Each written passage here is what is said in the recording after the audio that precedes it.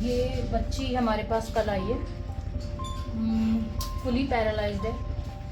मेरे पास जब आई ये इसी सिचुएशन में मैंने इसकी वीडियो देखी थी, तो ऑब्वियसली कोई बॉडी नहीं बचते, फुल बॉडी पैरालाइज है। ये पैर बिल्कुल अकड़ चुके हैं, ये पैर एकदम अकड़ चुके हैं, ऐसे ही है मतलब पूरी। खिलाना पिलाना तो लेटा के खिलाना पिलाना, बट एज़ पर जो मैं इसे देख रही हूँ, ये कहीं ना कहीं रिकवर हुई है डिस्टेम्पर से, क्योंकि इसकी एक तो आँख नाक मुँह बहुत गंदे हैं, और दूसरी बात ये झटके झटके झटके झटके ले रही है। तो डिस्टेम्पर में क्या होता है, डिस्टेम्पर में झटके ले रहे होते हैं, पर डिस्टेम्पर अगर होता तो फिर ये खाना पानी नहीं खाती।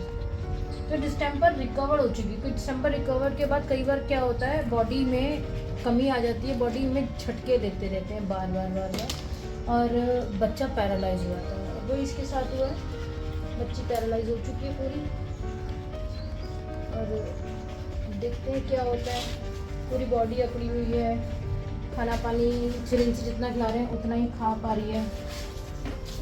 देखो आप ध्यान से देखेंगे तो ये जो ले ना झटके, ये डिस्टेम्पर में या डिस्टेम्पर रिकवर होने के बाद बच्चों में आ जाता है। बच्चों की पूरी पूरी बॉडी जो है ऐसे झटके लेती है, पर अभी क्या है ना, हमें पता नहीं चलेगा बॉडी का, क्योंकि वो तो पैरालाइज हो चुकी है। और बच्ची ने इतनी फाइट करी है। डिस्टेम्पर आपको पता छोटी मोटी बीमारी तो है नहीं, अगर उसने उससे फाइट भी करी है उसके लिए बहुत बड़ी बात है। हम इसको स्पॉट ऑन यूज़ कर रहे हैं, क्योंकि उसके जो है बॉडी पे टिक्स हैं। अभी तक टचवुड हमारे बच्चों की बॉडी पे टिक नहीं है, क्योंकि हम जिसके भी बॉडी पे टिक दिखते हैं हम लोग स्पॉट ऑन यूज़ कर लेते हैं तुरंत। बेटा कैंची देना, चल कोई दिया कोई नहीं, हम लोग तुरंत स्पॉट ऑन यूज़ कर लेते हैं कि वो फैल ना जाए। बट जब नया बच्चा आता है तब हमें उसी समय करना होता है। इसके बारे में मैं कई बार बता चुकी हूँ, अगर कई लोग अभी भी नहीं समझ पाए तो बता देती हूँ। स्पॉट ऑन ये होता है, और इसका प्लस पॉइंट ये है कि इसमें बच्चे के साथ ज़बरदस्ती नहीं करनी, बच्चे को कोई दर्द नहीं होना, किसी तरह कोई प्रॉब्लम नहीं होनी। इस तरीके जैसे होता है ना, ऐसे निकलेगा ये उसमें से।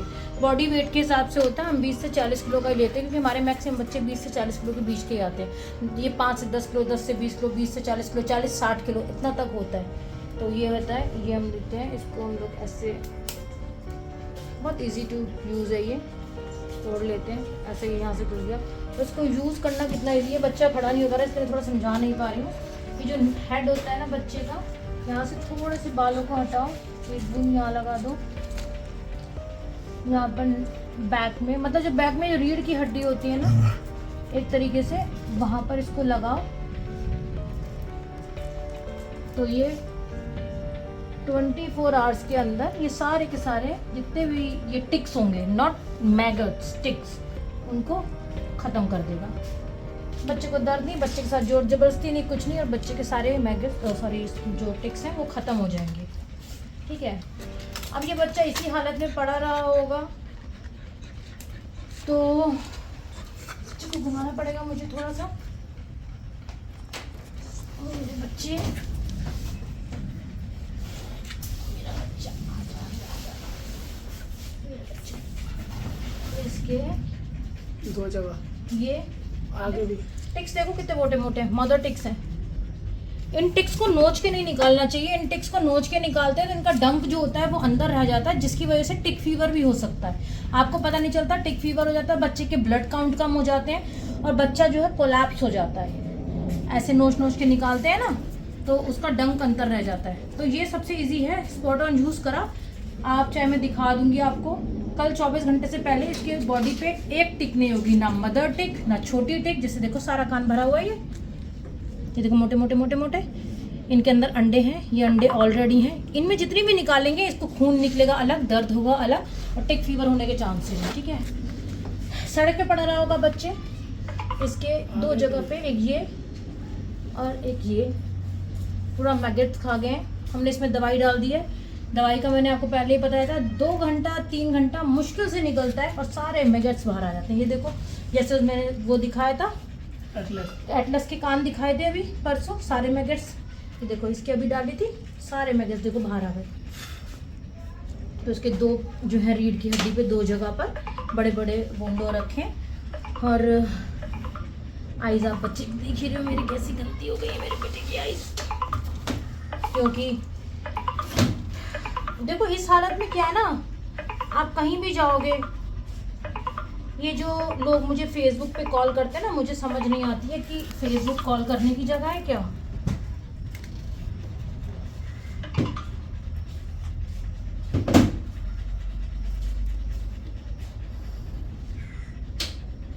मैं भी एग्री कर रही हूँ, मुझे खुद को नहीं पता बच्चे की लाइफ है नहीं है क्या है, वो गॉड नोज, बट एटलीस्ट हम लोग ट्राई कर सकते हैं, ठीक है ना। पर इन बच्चों की ये हालत क्यों होती है, इन बच्चों की ये हालत होती है क्योंकि इन बच्चों को कोई भी वैक्सीनेशन नहीं लगता है। जो हम बूस्टर लगाते हैं 9-in-1, वो तो इन्होंने जब देखा ही नहीं होता, इन्हें पता ही नहीं बेचारों को उस चीज़ के बारे में, एंटी रेबीज़ के बारे में भी नहीं पता। बट चलो एंटी रेबीज़ का तो ये है कि गवर्नमेंट के उसमें आता है एंटी रेबीज़ इंजेक्शन लगाना, वो नहीं लगाते, अब उनकी वो है। और मेरी ये रिक्वेस्ट है, जो जना अपने अपने गली के या आसपास के बच्चे संभालते हो और अपने हाथों से खाना खिलाते हो और वो आपसे इतने फ्रेंडली हैं कि आप उनके एक इंजेक्शन लगवा सकते हो, तो बूस्टर लगवा दिया करो 9-in-1। नहीं तो ये हालत होती है। पहले तो डिस्टेंपर में बचना मुश्किल है, आप समझ रहे हो ना, डिस्टेंपर अपने आप में ही नॉन क्योरेबल हो जाता है, वही बचना बड़ा मुश्किल है। किसी तरह बच्चे ने सर्वाइव कर भी लिया, सर्वाइव करने का तो उसकी ये हालत, पैरालाइज पूरी बॉडी में, शेक हो रही है, झटके आ रहे हैं, पैरालाइज सही हो भी गया तो पता नहीं, हो भी गई तो पता नहीं ये बैलेंस बना पाएगी या नहीं बना पाएगी। तो एक बूस्टर आता है 300-400-500 रुपये का और बच्चे की ज़िंदगी बच जाती है। जब प्यार करते हो, इतना फीड कराते हो, सड़कों पे सर्दी गर्मी का ध्यान रखते हो, तो एक 500 रुपये का 1 साल के अंदर इंजेक्शन, आप खुद सोचो क्या ही है ना। 500 तो मैं वैसे बता रही हूँ, 365 का भी अगर एक इंजेक्शन आता है तो समझो 1 रुपया 1 दिन का है ना। अगर 365 रुपये का भी एक इंजेक्शन आया तो 1 रुपया 1 दिन का तो हम खर्च कर ही सकते हैं ना बच्चे के ऊपर। नहीं तो फिर ये हालत है, आपके प्यारे प्यारे बच्चों की ये हालत हो जाती है। अब बाकी का अब देखते हैं, बच्चा हमारी प्रेयर है कि सरवाइव कर जाए, हम चाहते हैं आप लोग प्रेयर करें सरवाइव कर जाए। बाकी इस कंडीशन में सिर्फ भगवान साथ देते हैं, हमारे हाथ में कुछ नहीं होता।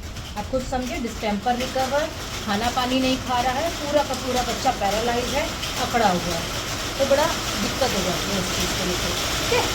और जो होगा अपडेट वो हम अपडेट आपको करते रहेंगे।